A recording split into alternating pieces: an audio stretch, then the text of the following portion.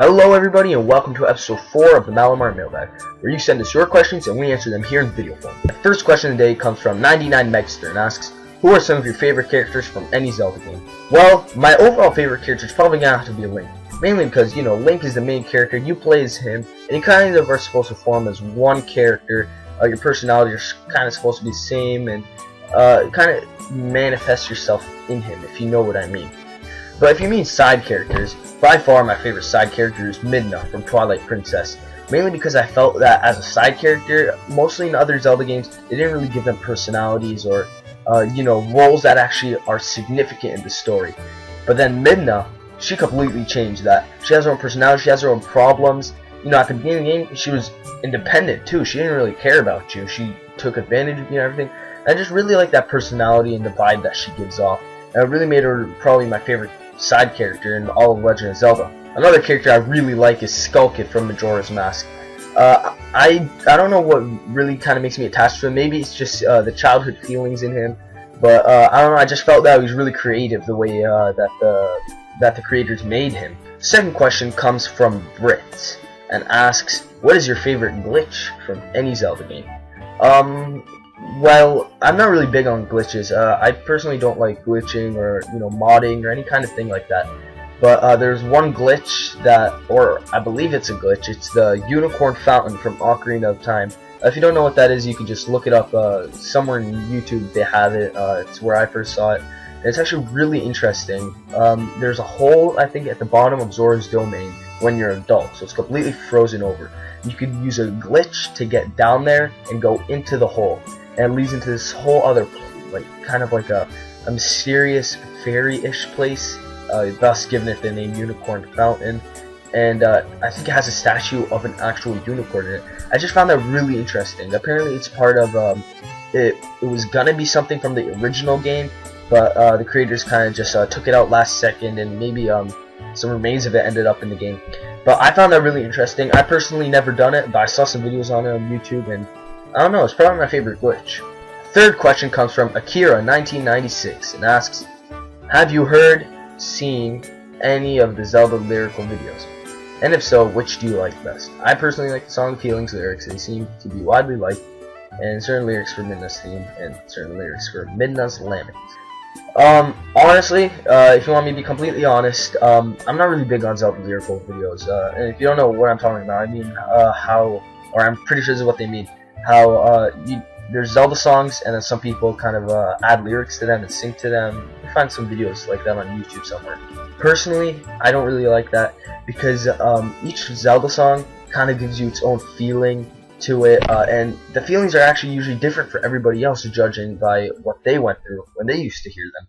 So I think adding lyrics kind of enforces its own feeling onto it. For example, if you're going to put sad lyrics onto something like Midna's theme, then it's going to just have a sad feel to it. Otherwise, maybe somebody feels happy when they hear Midna's theme because it reminds them of the old days when they used to play Twilight Princess. So that's kind of why I'm not personally big on lyrics in Zelda songs. The fourth question comes from Spock and asks, if you could pick any TV show to cross over with The Legend of Zelda, what TV show would it be, and what Link would you like to see in the crossover game? That's a pretty interesting question, I'm not gonna lie. Zelda and TV, I really don't think they mix. I mean, we've all seen the CDI cartoons for Legend of Zelda that they used to have a while back. I'm pretty sure they don't show them anymore, or sell them anymore or anything. But I've seen a few back in the day, and it's not the greatest experience. The Zelda cartoon wasn't actually significant to the timeline or the actual game at all, to what I know. It was kind of just mainly for entertainment to little kids, I think. You guys all know the, well, excuse me, princess, and all that stuff.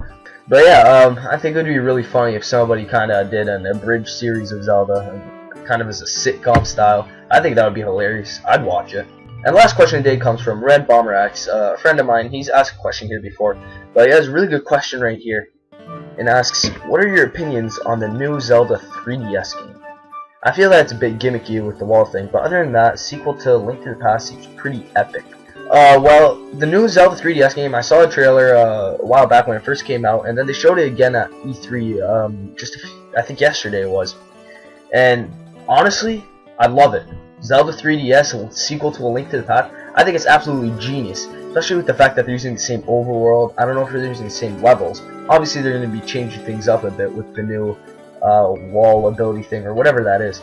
But you know, I think it's really going to bring back memories and things like that. And I overall think it's a really great idea. I'm actually considering getting a 3DS just to get that and a few other great games that's going to come out, like Pokemon X and Y and all those. The wall thing, yes, I'm gonna have to say it's not really Zelda-ish, if you know what I mean. I mean, that whole going to the wall idea, I really don't feel that would mesh with Zelda. I know that they're gonna make it work somehow, and you know, when we're actually gonna be playing the game, we're not gonna mind it that much. But overall, I just kind of don't really feel that's suitable for a Zelda 3DS game, or any Zelda game at all, come to that. And that's it for today. I hope you guys enjoyed this episode. I really apologize for not uploading episode in a while. I've been really caught up with some real life stuff, and I've been trying to upload, and I kind of did this episode last minute, just so I don't leave you guys out there for too long. But make sure to like the Facebook page and follow us on Twitter. They're down below in the links, I think. And you'll get our latest updates, and you'll know what's going on behind the scenes on the channel. And that's basically it. Like the video, comment below your questions, or send them in with the link below. I do answer those questions faster. This whole episode were actually questions submitted in through the form.